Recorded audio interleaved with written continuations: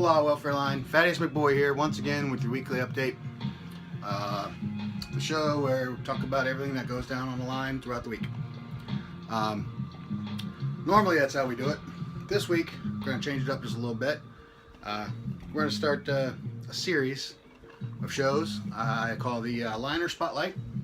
And we're going to do little interviews with liners that I meet throughout the years. I tend to meet a lot of them. I get out a lot to different events and hang out with folks, so I figured who better than to start this show with my brother from another mother, George Geis. Please, everybody, give a warm Welfare Line welcome to George. George, what's up? Oh, same old, brother. How you doing? Good. All right, first thing I wanted to ask you was, how did you get started skateboarding? What's your earliest memory on skateboarding? Let's see. My earliest memory of skateboarding was my grandfather. I was probably 4. Took me to the local skate park, which was around 76. Nice. And look, here in Fort Pierce. Okay. Safe Surf. Safe Surf? Right off of US 1. Right, Safe Surf. Okay. Yep. I got there. Or was that Groundswell? It could have been Groundswell. That might have been The Groundswell. 2 local parks are so old. Yeah. We were so young. Who It was remembers? one of it? those two. It was one of those. All right. So So he you were took just me a little in. shit. You walked Yep. into a skate park. I saw cement. I saw guys looked like they're having the most fun of their life, and I walked out with a skateboard. Nice. That's how I got started. That's a good start right there. Not bad. High school. What was? Give me some good memories of those days. Fat Boy's mini ramp. Ah, That was one of the the first. first mini ramp. Definitely on the East Coast, probably. Other than that, we had a place called Black Hill, which was Black good Hill for was a fun. rainy day. Black Hill was fun. That was a parking lot that was on an angle, and it was an old, been around for a lot of years. All the oils from the cars had seeped into the asphalt, and every time it rained, it got like slick as ice. And it was just a lot of fun to shoot down that thing on our boards. And what was that game we used to kill each other? We used to like ride down on our butts, try to knock each other off. I forget what we called that. Anyway, that's Black Hill. Black Hill. That was stories. Black Hill. Good times for sure. Glenn Satterfield's mini ramp or launch ramp into his ditch. Yep. We had several sheets of plywood that we ran down the hill, and he had a little, like 8-foot dock, and we built a launch ramp at the end of the dock, and that's how we all learned how to do 360s, 540s, you name it. Good. It just cost you a board and a shitload of bearings. Yeah, no doubt.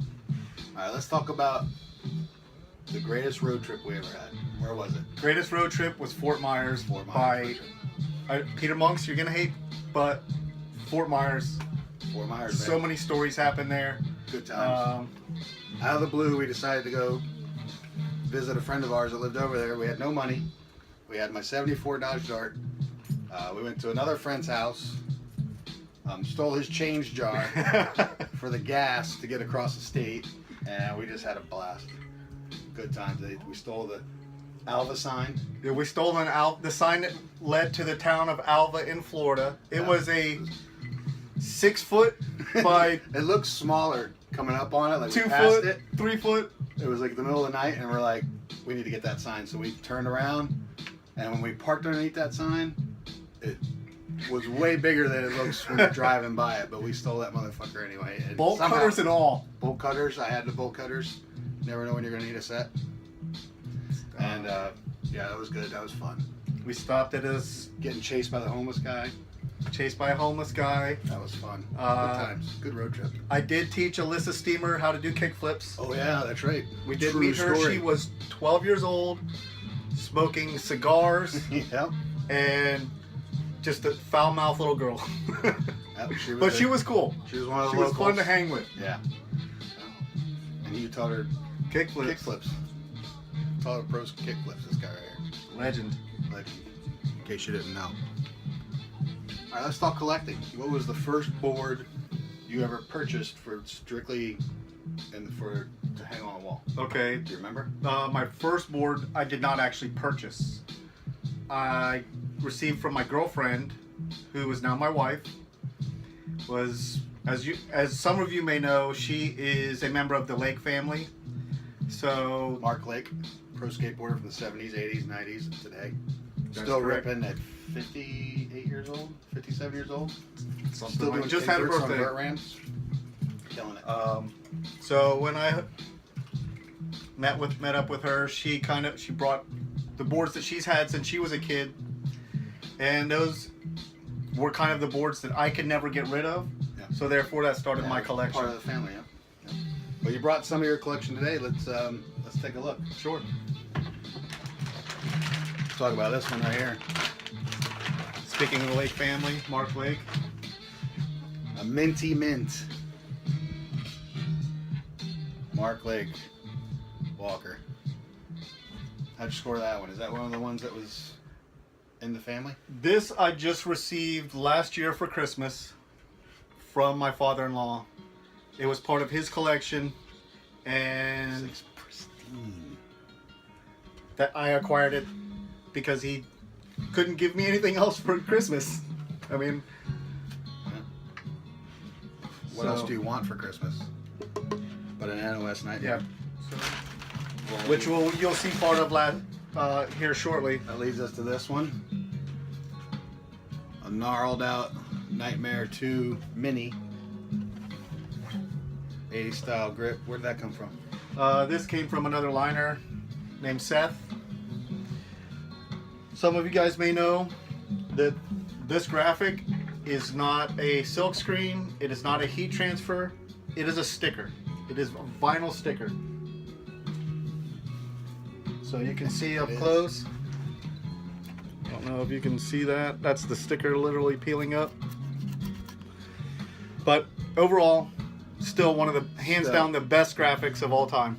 Still sick board. We brought up, I had one of these when I was a kid, and I wouldn't mind having it again. It is a Lake Skates Brad Baxter with some crazy graphics. Got to have that 80s pink grip on it. How'd you come across this one? This was an eBay score. Very good shape. Finding, Tail's good because good old tailbones. yeah, thank God for 80s plastic. People that wanted to actually save their boards and cared about their graphics. Yeah.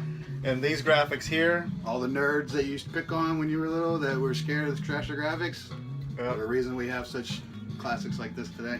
and I can't say enough about the silkscreen job on these. I mean, if you can see, A lot of fucking colors. I don't know how detailed you can get in on these wings,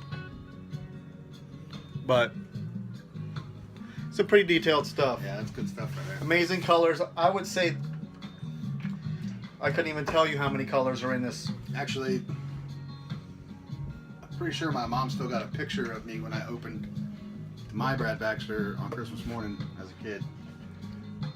I'll have to see if she still got that little gem right here.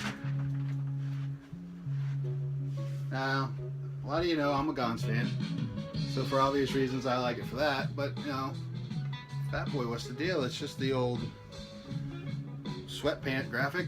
Why is this? What's so special about it? Because it's a misprint from the factory with an anti-hero top graphic on the Gons. Tell us how you scored this one. Let's see. I received this on a trip to San Francisco to visit a dear friend of ours. Yep. Who was We have lots of friends. working in the skateboard industry in the mid to late 90s, early 2000, and up until probably yesterday. But it's Um, sick. It's just, it's legit as far as being from the factory. But they just crooked graphic on the bottom, anti-hero on the top. Kind of hard to And- find one of those. If you find one of those, let me know because I'm looking. Even though George did put it, it says he's going to put this in his will for me. This will belong to this young Because man I right will here outlive you all, including him. upon my passing. So this will be mine one day. So, as far as it being legitimate, it is as far as I know. I spoke to Nick Halkias and I explained the origins, and he was down for it. He knew where it came from. He knows the guy. So it's legit. I mean, as legit as a misprint can be. Exactly. So All of us, rad. a bunch of people Pretty have rad, pretty misprints. I think Casey's got misprints, and pretty rad. God. One more thing George brought over to show off. I know what you're thinking. Oh, what are those, fat boy? Those are just 159s. These aren't just any old 159s. These are Brian Reed etched 159s. This is George. Can you see those? These things are sick. Brian, I've said it before, I'll say it again. I'm gonna have to get something done by that man, because that is just beautiful work. Hands down. Sick trucks. Sick trucks. speaking of Brian, looking forward to getting more ink this year. Oh, at the Bash 3. Bash 3. So I hope you all enjoyed the little interview with Gorgeous George Geis. Like I said, we're just going to break it up a little bit. Next week, we'll get back into the happenings on the line. Hope you all have a wonderful day. If you can't be good, don't get fucking caught, man.